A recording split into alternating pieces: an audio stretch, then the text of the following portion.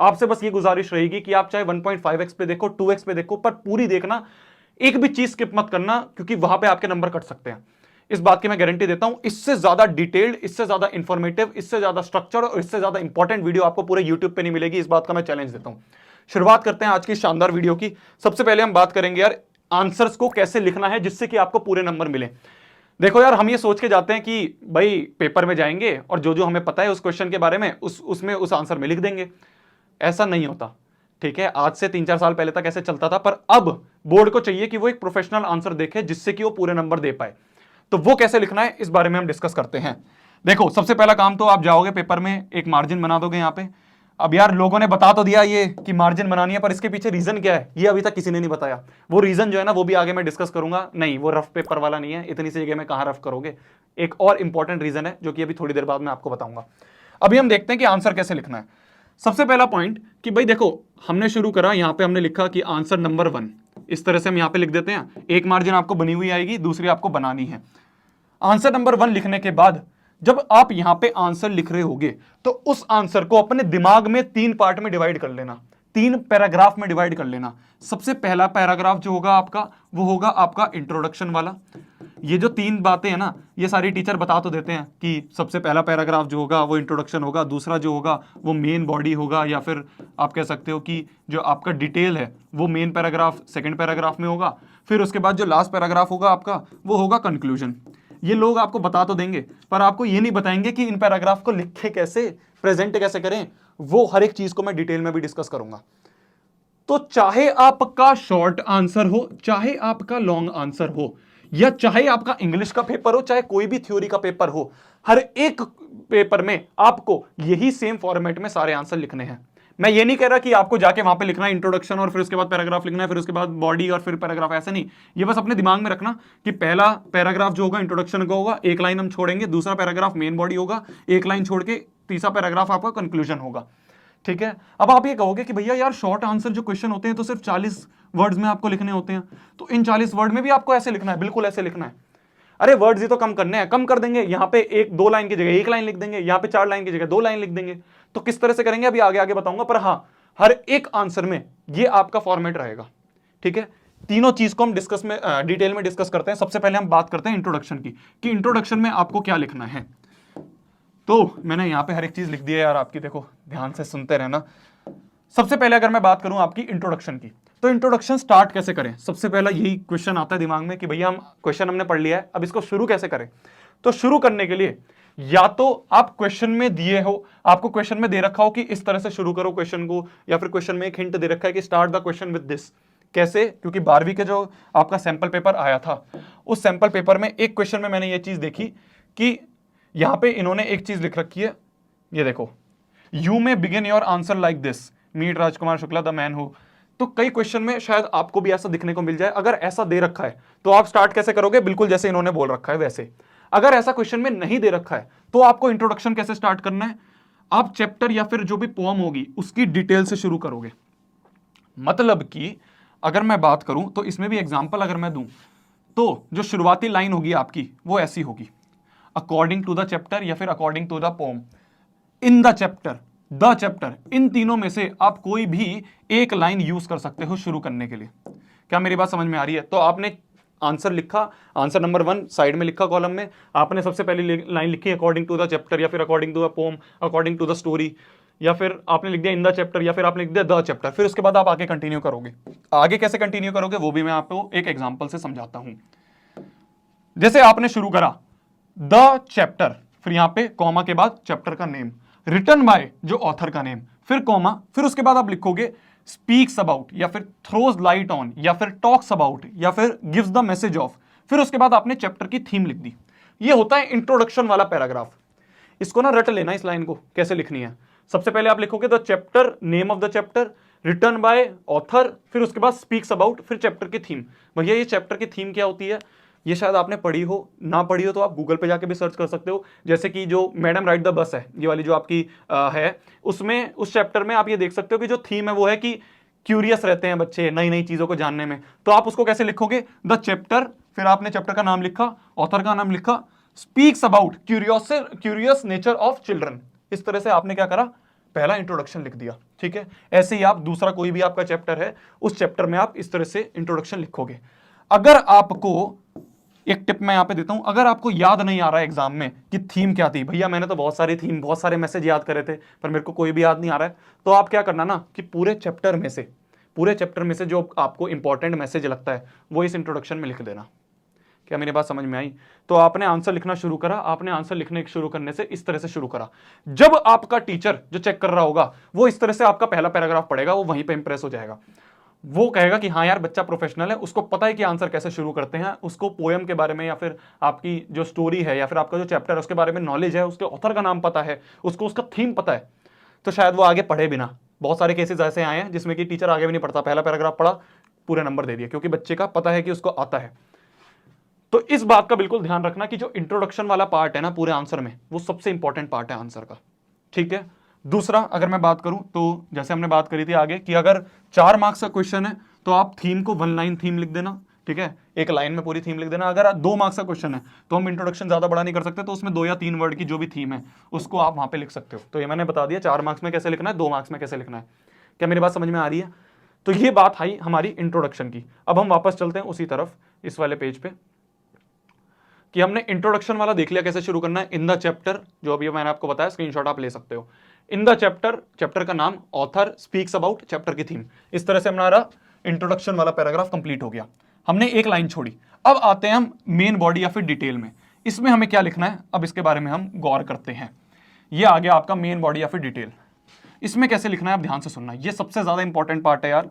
देखो इंग्लिश में ना क्वेश्चन डिफिकल्ट नहीं आते, अरे यार चैप्टर इतने से हैं, कितने 4-5 चैप्टर हैं आपके हर एक चीज में, तो उसमें और उसमें भी सेम ही एक तरह की स्टोरी है, तो वो कितने ही क्वेश्चन उसमें बना देंगे। क्वेश्चन डिफिकल्ट नहीं होते, उसमें चेकिंग डिफिकल्ट होती है। अगर आपने फ्लो में नहीं लिखा है आंसर, आपने कहीं से कहीं को किसी चीज को जोड़ दिया, आपने कहीं पे भी कुछ पॉइंट लिख दिया, वहां पे आंसर कटेंगे। आपने स्पेलिंग गलत लिख दी, वहां पे आंसर कटेंगे। आपका फॉर्मेट अच्छा नहीं है, आपके वहां आंसर कटेंगे। तो ये चीजें हैं जहां पे आपका आंसर कटेंगे। क्वेश्चन डिफिकल्ट नहीं आएंगे, चेकिंग डिफिकल्ट होगी। तो इसलिए ये जो फॉर्मेट्स हैं इसको ध्यान से सुनना। इंट्रोडक्शन लिख दिया, इंट्रोडक्शन के बाद हम शुरू करेंगे अपनी मेन बॉडी को। मेन बॉडी को शुरू करने के लिए आपको ना लिंकिंग वर्ड्स यूज करने पड़ेंगे। लिंकिंग वर्ड्स क्या होते हैं भैया? क्या हम ऐसे नहीं शुरू कर सकते?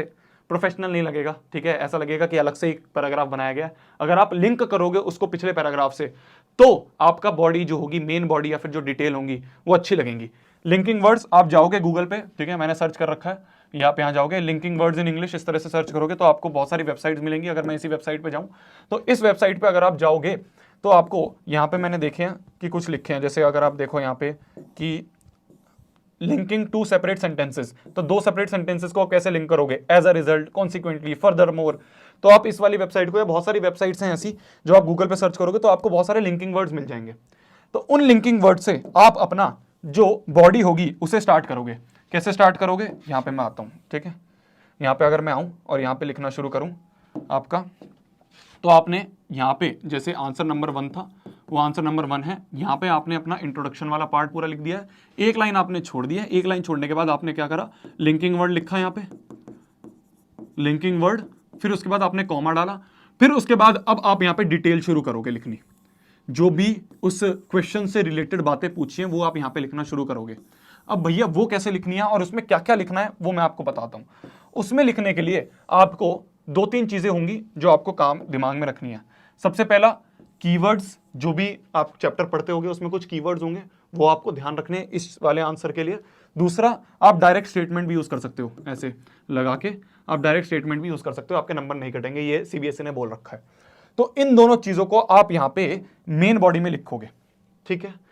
सबसे इंपॉर्टेंट बात यहाँ पे पता है क्या आती है, कि आपको ना फ्लो को मेंटेन रखना है। ये ध्यान से सुनना, बहुत इंपॉर्टेंट बात है। फ्लो को मेंटेन रखना है से मतलब क्या है मेरा? फ्लो को मेंटेन रखना है से मतलब ये है कि कई बार क्या होता है, मान लो मैं आंसर लिखने जा रहा हूं और मैंने कुछ आंसर कुछ लिखा, मैंने आंसर लिखना शुरू कर दिया, कुछ लिख रहा हूं मैं, फिर उसके बाद मेरे दिमाग में एक और पॉइंट आया, फिर मैंने वहां से लिखना शुरू कर दिया उस पॉइंट के बारे में, फिर मेरे दिमाग में तीसरा पॉइंट आया, मैंने वो लिखना शुरू कर दिया, फिर जब मेरा आंसर खत्म हो गया, फिर मेरे को दिमाग में आता है कि यार एक पॉइंट रह गया यार, उसको अगर मैं यहाँ पे बीच में कहीं डाल देता ना तो ये आंसर और अच्छा हो जाता। ऐसा होता है ना कई बार आंसर्स में कि हम लिखते कुछ हैं, फिर उसके बाद हमारे दिमाग में आ जाते कि यार इससे पहले तो ये लिखना था। तो आप क्या करते हो ना, फ्लो मेंटेन नहीं रखते। कोई भी सर पैर हो रहा है, कहीं से भी कोई भी पैर किसी भी सर से जाके जुड़ रहा है, इसके लिए आपको क्या करना है ना कि आपको फ्लो मेंटेन रखना है। फ्लो मेंटेन रखने के लिए आप क्या करो कि आपका जब भी कोई लॉन्ग आंसर आए या फिर जब भी आपका कोई लेटर आए, कभी आपका पैराग्राफ आए, आपको कुछ भी चीज बड़ी लिखनी है, तो आप क्या करना, लास्ट वाला जो पेज है ना, जो आपका कॉपी का लास्ट वाला पेज होगा, जो लास्ट वाला पेज है उसे रफ पेज लिख देना, ऊपर बड़ी बड़ी हेडिंग, उस पेज में बड़ी बड़ी रफ हेडिंग लिख देना, रफ पेज, और उसमें ना पॉइंट्स दिमाग में लिख लेना। आपने जाके क्वेश्चन नंबर पढ़ा, क्वेश्चन नंबर मान लो 8 है, क्वेश्चन नंबर 8 आपने पढ़ा, ये लॉन्ग आंसर है। क्वेश्चन पढ़ते ही आप सोचना कि आपको इस क्वेश्चन में क्या क्या पॉइंट्स लिखने हैं, दिमाग में लाओ, यहां पे लिख लो। कोई और पॉइंट आ रहा है दिमाग में लिख लिया, कोई और पॉइंट आ रहा है दिमाग में लिख लिया, कोई और पॉइंट आ रहा है दिमाग में लिख लिया, वो आड़े टेढ़े ऊपर नीचे कैसे भी पॉइंट आ रहे हैं आपने एक जगह लिख। अब लिखने के बाद क्या करो ना, अब इसको सीक्वेंस वाइज बना दो कि यार सबसे पहले मैं इस वाले पॉइंट को कवर करूंगा आंसर में, फिर मैं इसको करूंगा, फिर मैं इसको करूंगा, फिर मैं इसको करूंगा। इससे क्या होगा, आपका फ्लो सही रहेगा। आपने उल्टे सीधे नहीं लिखे, सोचा चाहे आपने उल्टा सीधा, फिर जब अब लिखने की बात आई तब आपने इनको अपने आप ही अरेंज करके 1 2 3 ऐसे नंबर दे दिया, 1 2 3 4 इस पॉइंट को मैं लिखूंगा, फिर आप आंसर में जाके लिख रहे हो। तो इससे अपने आप ही फ्लो अच्छा बना रहेगा। टीचर को ना ये नहीं लगेगा कि यार कभी भी कुछ भी लिख रहा है, तो क्या भैया इसमें मेरा टाइम वेस्ट होगा? बिल्कुल टाइम वेस्ट नहीं होगा, उल्टा टाइम बचेगा। ठीक है, जब भी आप अब आपके 2-3 दिन जितने भी रह रहे हैं उसमें जब आप सैंपल पेपर वगैरह कर रहे हो तो बैठ के ऐसे ही लिखना हर एक क्वेश्चन को। टाइम ज्यादा लगेगा, इरिटेशन होगी, थोड़ा परेशानी लगेगी, पर ऐसे जब लिखोगे आदत बन जाएगी, तो वही जाके फिर एग्जाम में भी आप ऐसे ही लिखोगे। क्या मेरी बात समझ में आ रही है? तो आपको क्या करना है ना, फ्लो मेंटेन रखने के लिए आपको जितने भी कीवर्ड्स हैं, जितने भी सेंटेंस हैं, जितने भी फ्रेजेस हैं, वो एक जगह रफ में लिख लेने हैं। फिर उसके बाद उसको अरेंज करके फिर आपको यहां पे लिखना है मेन बॉडी में। ठीक है भैया, बट ये कीवर्ड्स और ये स्टेटमेंट जो हैं ये हमें कैसे पता चलेंगे कौन सी हैं? इसके लिए भी मैं यहां पे बात करता हूं कि कीवर्ड्स और फ्रेजेस जो हैं कौन कौन से आपको कैसे पता चलेंगे, इसके बारे में हम बात करते हैं। 2 तरीके हैं पता करने के, बहुत ही कम चैप्टर है। आप एनसीईआरटी को रीड करो, ठीक है, आपने कर भी रखी होगी, एक बार वापस से ऊपर से रीड करो। रीड करने के बाद ना समरी पूरी अपने आप लिखने की कोशिश करो। जब आप अपने आप समरी लिखने की कोशिश करोगे ना तो आपको पता चल जाएगा कि यार इस चैप्टर में मेन मेन क्या क्या चीजें हैं। आपको समरी किसी से रटनी नहीं है, किसी और की नहीं देखनी। देखना जब है जब बिल्कुल एंड टाइम हो गया कि ऊपर ऊपर से पढ़ के चले गए। पर अभी जब आपके पास 3-4 दिन बचे हैं, एनसीईआरटी पढ़ने के बाद समरी अपने आप लिखो। अपने आप लिखोगे तो आपको अपने आप ही पूरे चैप्टर का फ्लो समझ में आ जाएगा, अपने आप पूरे चैप्टर के कीवर्ड समझ में आ जाएंगे। ठीक है, एक ये तरीका है। दूसरा तरीका ये है कि आप जितने भी आंसर्स हैं लोगों ने लिख रखे हैं, सैंपल पेपर उठाओ, जितने भी सॉल्यूशन लिखे हुए हैं हर एक आंसर को पढ़ो। जब आप आंसर्स को पढ़ोगे तो आपको अपने आप दिमाग में ना कुछ कुछ इंपॉर्टेंट पॉइंट्स, कुछ नई बातें पता चलेंगी, कुछ नए वर्ड्स आपको याद होंगे, कुछ नए तरीके आपको पता चलेंगे कि अच्छा आंसर्स को ऐसे ऐसे भी लिख सकते हैं।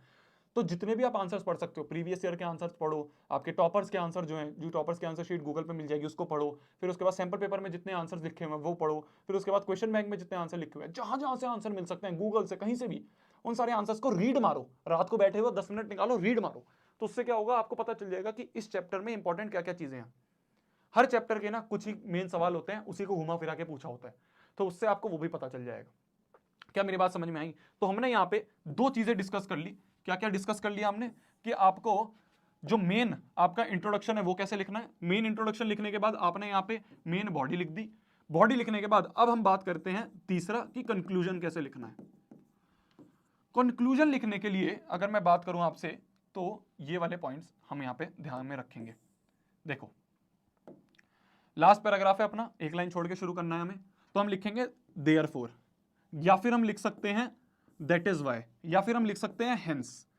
कॉमा लगाने के बाद लास्ट में सम अप कर दो जितना भी आंसर है। भैया अभी तो आप कह रहे थे आंसर को बड़ा लिखो, अब आप उतने बड़े आंसर को सम अप करने की बात कर रहे हो, थोड़ा सा डिफिकल्ट नहीं है? अगर डिफिकल्ट लगे तो इसके लिए भी मैं आपको टिप देता हूं। टिप ये है कि क्या करो, जो आपको क्वेश्चन दिया गया ना उसी क्वेश्चन को हेंस करके लिख दो आगे। क्वेश्चन होता है ना कि राइट अबाउट दिस, या फिर कंक्लूड दिस, या फिर व्हाट अबाउट दिस, या फिर इवेल्युएट, या फिर जो भी है आपके क्वेश्चन में, तो दिस के बाद hence this is the this. इस तरह, मतलब ऐसे हंसने वाली बात नहीं है, बट समझ में आ गई होगी, फील आपको समझ में आ गई होगी कि हेंस करके जो क्वेश्चन में पूछा गया है उसी को हेंस करके यहाँ पे लास्ट में लिख दो, या फिर देयरफॉर करके लिख दो। क्या मेरी बात समझ में आ रही है? तो इस तरह से हमें अपने आंसर को प्रेजेंट करना है। तीनों बात मैंने यहाँ पे आपको बता दी है, चाहे आपका शॉर्ट आंसर हो चाहे आपका लॉन्ग आंसर हो। शॉर्ट आंसर है तो आपको बस कम कम लाइंस लिखनी है, लॉन्ग आंसर है तो आपको ज्यादा ज्यादा लिखनी है। ठीक, आपको समझ में आ गया? इस तरह से लिखोगे, इंट्रोडक्शन प्यारा सा वैसे लिखोगे जैसे बताया, मेन बॉडी जैसे बताया, कीवर्ड्स को शुरू करोगे लिंकिंग वर्ड से, लिंकिंग वर्ड्स आपको गूगल पे मिल जाएंगे, कंक्लूजन आप लिख लोगे, प्यारा आंसर लिखोगे, पूरे नंबर मिलेंगे। ठीक है, ये बात हो गई आपके आंसर राइटिंग की।